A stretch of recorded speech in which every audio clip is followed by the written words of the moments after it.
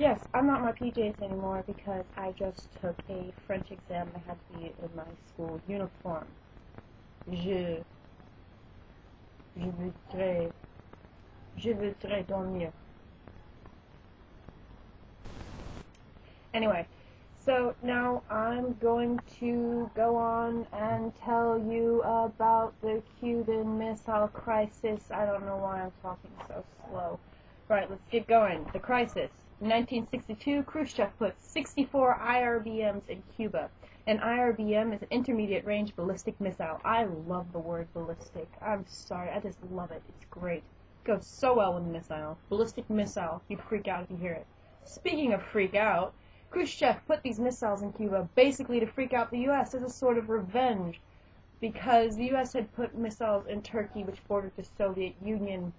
But I think you should know something about these Turkish missiles. They're not really Turkish, they're just, yeah. The missiles in Turkey were obsolete. Their firing range was Moscow, but not much further. But the IRBMs in Cuba, their firing range would be able to take out the majority of the United States and a section of Canada. I'm sorry, Canada. So why did this freak out the U.S. so much, you might be wondering? Well, other than bombs being freaking scary as hell, the Soviets now had first strike capability. The warning time, you know the 15-second warning thing you got, where you would be like, you pose? Yeah, I'm pretty sure most of you don't know what I'm talking about, sorry. So the warning time would be much shorter for the U.S. if the missiles are fired from Cuba. I'm going to give you a little bit of inside info, because my mother was about 12 years old during the Cuban Missile Crisis. There was this thing where you would have 5 minutes of warning time to take cover. You would keep your television on because this warning would be broadcast. However, you wouldn't really have 5 minutes. You'd have significantly less. You would not have a chance to take cover. And in my mother's school, they would have these drills where they would kneel in the school hallways facing the wall, their hands clasped over the back of their necks and their foreheads to their knees. And at home, my father stocked up the basement with water and canned food. He taught my uncle, my aunt, and my mother how to use a handgun. Really, none of this preparation would have done them much good, but it was still reassuring. It was all psychological thing, sort of warning time. Because the firing of these missiles could result in nuclear war, and that, if anything, is a real morale buster. So what did the U.S. do in the whole crisis? Economically speaking, they cut off exports to Cuba except for foodstuffs and medicine. Militarily, invasions were put out to get rid of Castro, which brings us to the Bay of Pigs failure. In 1960, the CIA got the bright idea, and Eisenhower liked it, saying, "It's so crazy it just might work." Not really, didn't say that, I lied. But yes, the plan was to train Cuban refugees for an invasion of Cuba at the Bay of Pigs. Kennedy became president and had this plan on his lap and decided to go with it as well. But it was an epic fail. There were 1,400 invaders, 1,214 of them were captured. It was super-duper serial humiliation for Kennedy and his administration.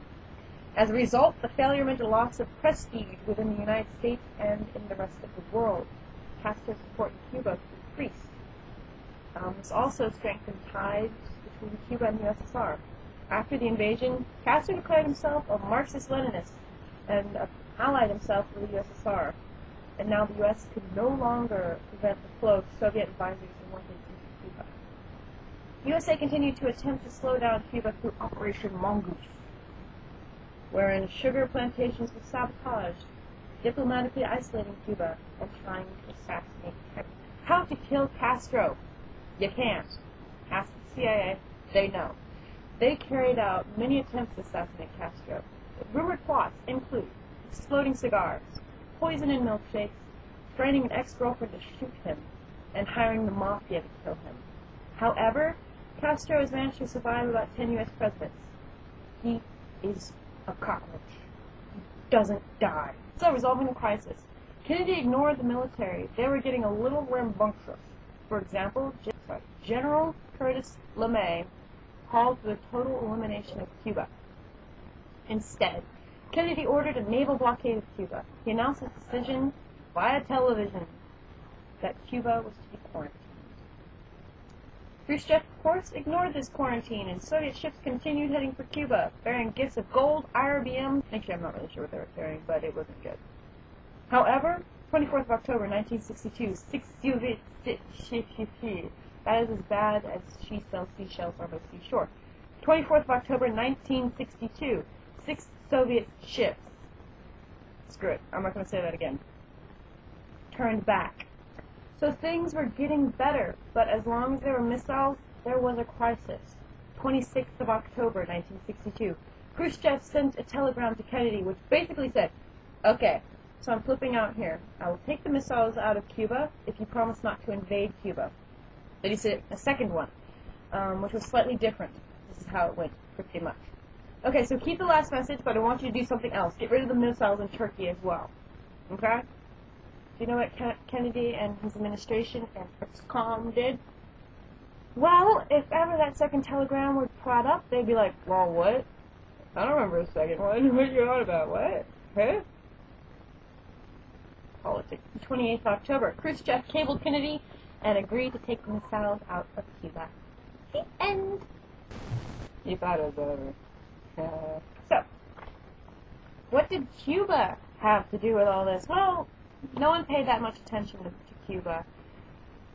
But my impression is Castro was just raring to use those missiles. He actually claimed that he would have not hesitated to use them, even though it would have meant the destruction of Cuba. I see it as what Eddie Izzard says. Small dick, big handshake. By big handshake, I mean like the finger crusher. You know, where you like, not a firm handshake. So, yeah. Tiny island, big bombs. Little factoid that's not going to help you out at all, but I noticed this, and it makes me very immature to bring it up, but I'm going to say it anyway. Castro has the same root word as castrate. So maybe there's a little more to this little dick theory than meets the eye. Told you I'm immature. Anyway, U-2 plane was shot down the 26th of October. This showed something special. The U.S. and the USSR were facing a problem child. So really, Cuba did nothing but be a pain in everyone's rear end. Kennedy was pulling out his hair because the U.S. could cease to be at any point in time. And Khrushchev was pulling his hair. He was banging his head against the wall. You get it? I didn't say pulling his hair out because he's bald. So Khrushchev was banging his head against the wall because Castro was being the proverbial loose cannon. There you have it. I'm sorry, that was really, like, bleh. But the thing is, I didn't have much time to do it. I have about 10 minutes until I gotta go to the exam hall. So, thank you. Bye. Hope